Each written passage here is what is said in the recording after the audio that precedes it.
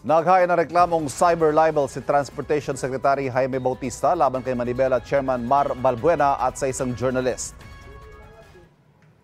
Marami silang accusations, no, na ako daw ay tumanggap ng pera, no, suhol, no, which hindi naman totoo. Kaya gusto ko lang protektahan yung aking pangalan na inalagaan ko for almost 45 years. Tinawag ito ni Balbuena na harassment at abuse of power na paraan lang daw para patahimikin siya. Gayunman, handa raw siyang harapin ang reklamo.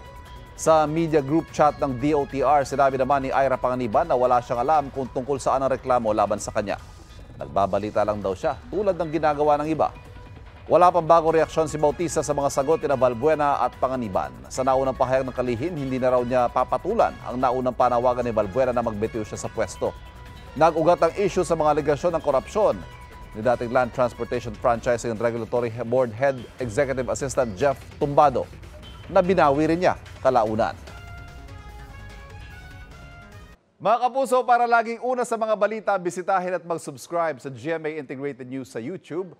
Sa mga kapuso abroad, samahan niyo kami sa GMA Pinoy TV at sa www.gmanews.tv.